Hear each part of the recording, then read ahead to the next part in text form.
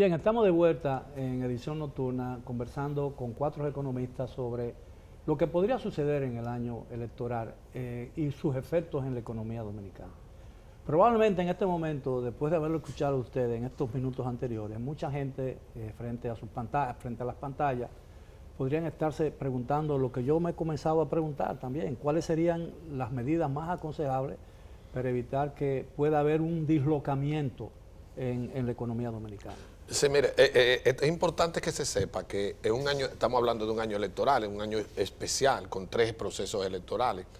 El tema no está fundamentalmente en que se dispare el gasto público, el tema está en cómo se administre el gasto público.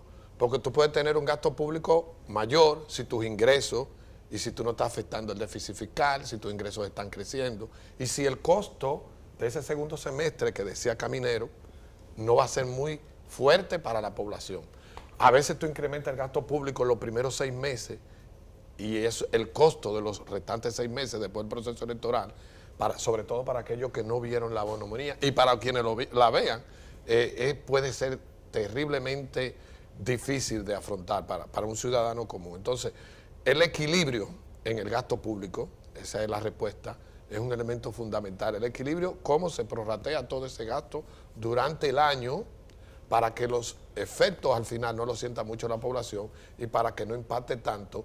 Porque, por ejemplo, recordamos que en gobiernos anteriores de los procesos de los años 2000, cuando el gasto público se incrementaba en los procesos electorales, no afectaba tanto el tema de la deuda, pero sí afectaba el proceso previo y después de los procesos electorales. Ahora, en la persona. En la competencia de campo y pista en las Olimpiadas, normalmente se puede prever cuál va a ser el resultado en la meta con los primeros metros de la competencia, ¿no?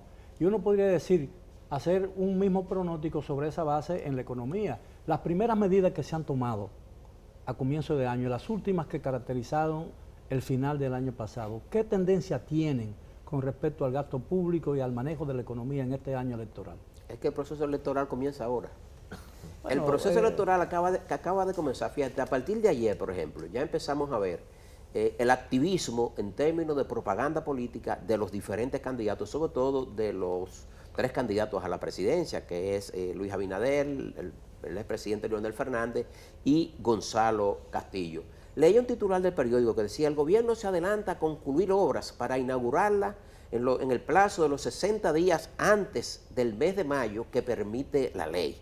Ya tú sabes que de antemano se va a gastar todo hasta esa fecha para inaugurar todo lo que se pueda inaugurar. Entonces tú puedes, ok, tú dices, si tú eres corredor de campo y pista, tú dices, yo voy a correr mucho de aquí a los 300 metros y en los próximos 900 metros, entonces yo voy a parar el ritmo del crecimiento. Ahora, en términos del objetivo como corredor es uno. Ahora, en términos de economía es diferente. ¿Por qué? Porque eso indica que tú vas a expandir en el gasto en el primer semestre del año y después lo vas a contraer. Cuando tú contraes ese gasto, eso tiene un impacto. Pero no estamos prejuzgando la actitud que va a asumir el gobierno. No. Mira, Espinal, escucha, mira, a nosotros nos dieron clases a todos. Y en la escuela se nos hablaba, en la parte de introducción a la economía y en la parte de introducción a la macroeconomía, que hay algo que se llama el ciclo electoral de las políticas públicas. Y eso se da en todos los países. Yo recuerdo, cuando leí el libro de Clinton, Mi Vida, que él decía lo siguiente: cuando Al Gore estaba en la competencia para la presidencia en el año 2000, con Bush. ¿Qué le reclamó a Alan Greenspan? Alan Greenspan, debido a las características macroeconómicas del momento, debió bajar la tasa de interés, pero Alan Greenspan es republicano.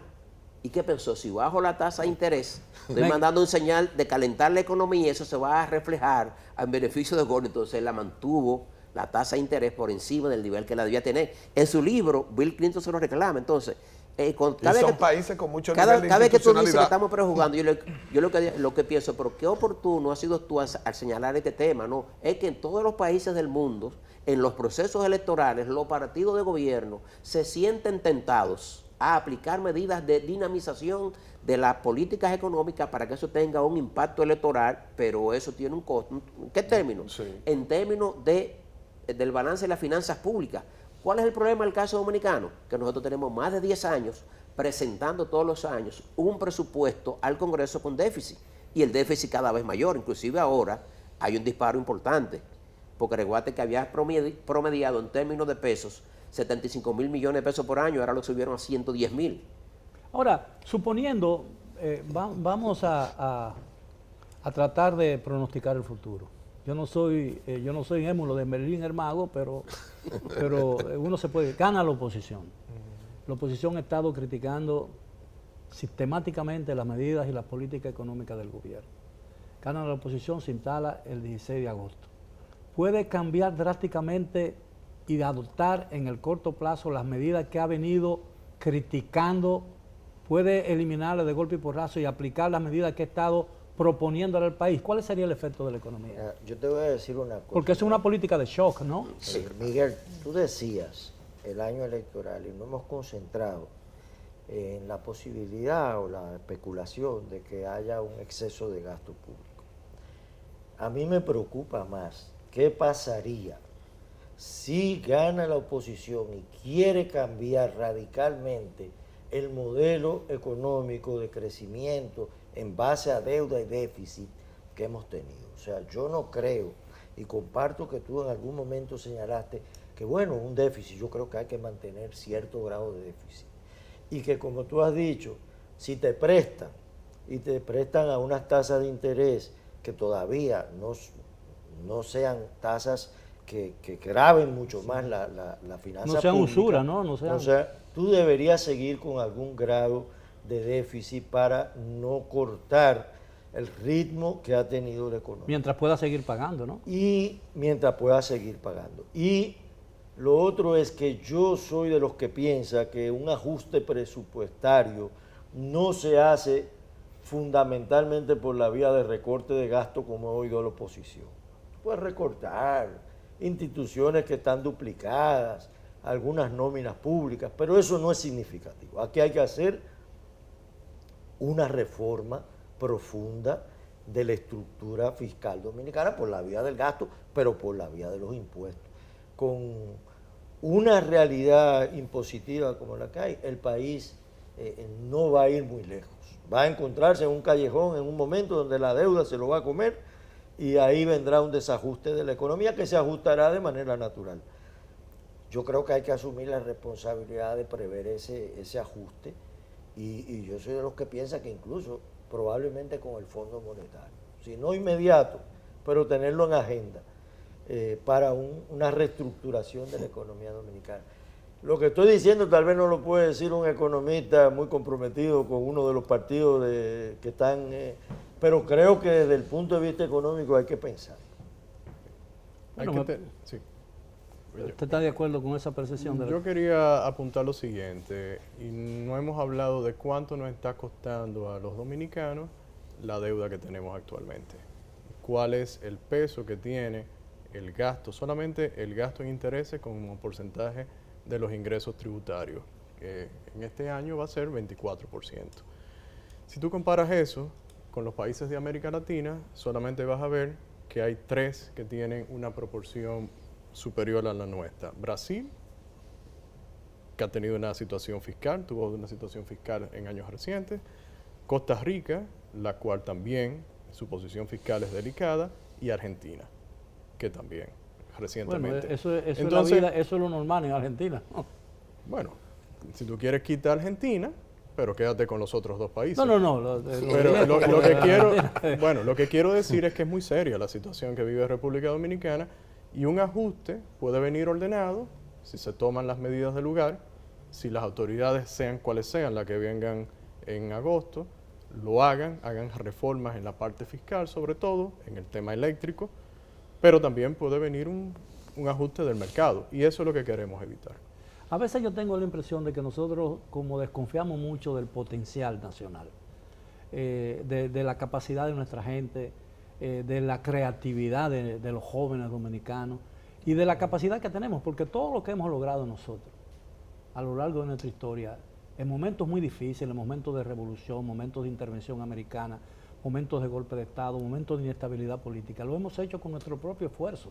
Nosotros no hemos sustentado en un fideicomiso internacional. O sea, que tú no crees que... Yo soy excesivamente optimista con relación a la capacidad de este país para sortear los peores momentos de su La historia. resiliencia. Bueno, Sí, lo que hay hay que serlo. Exactamente. Hemos salido de crisis rápidamente, en años Sí. lo hemos vivido en el pasado. El tema es no caer en una crisis. Estamos totalmente de acuerdo. Este es un país de gente trabajadora, con muchos recursos que todavía no se han explotado, un potencial grandísimo. El tema es que debemos de organizar Ahora, la casa. Pena de la vida el tambor que toca retirada. Pero no es tocar retirada, no tocar retirada. El tema de las finanzas públicas del país, el tema de la sostenibilidad fiscal de la deuda, es un tema para reflexionar, para pensar. O sea, ¿hasta cuándo puede una economía tan pequeña como esta seguir comprometiendo las finanzas públicas con el tema de la deuda? Como señalaba Franco, le decía Collado, decía que siempre lo leo, tanto a él como a Selma, porque me llegan los trabajos que hacen en la CRES. Es cada vez mayor el porcentaje del presupuesto que hay que destinar al servicio de la deuda. La deuda crece todos los años. ¿Puede alguien vivir eternamente endeudándose? Eso no es posible. Todo eso que tú dices, si viene un día al mercado y te ajusta, entonces podemos vivir la experiencia para ubicarnos en el viejo continente que vivió Grecia y otros países europeos con el tema de la deuda. Para no ponernos tan cerca como la situación que atraviesa Puerto Rico, que no solamente le vino esta crisis de la deuda, porque ya debía más del 100% del PIB, sino que después le han venido unos desastres naturales. Cuando los economistas hablamos sobre estos temas, más bien lo hacemos desde el punto de vista no del pesimismo, sino de advertir que hay una situación, como te dice el médico. El médico te dice, tú tienes problemas en esas rodillas, Rafael, no sigas corriendo como tú corres.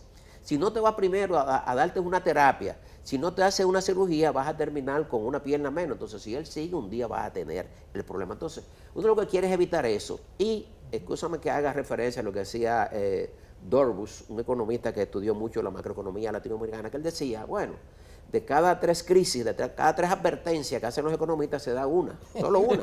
Pero esa que se da es la madre de todas. Entonces uno no quisiera vivir esas experiencias. Bien, tenemos que hacer una última pausa. Regresamos ya, desgraciadamente, con la parte final del tema de esta noche. Los esperamos después de ella.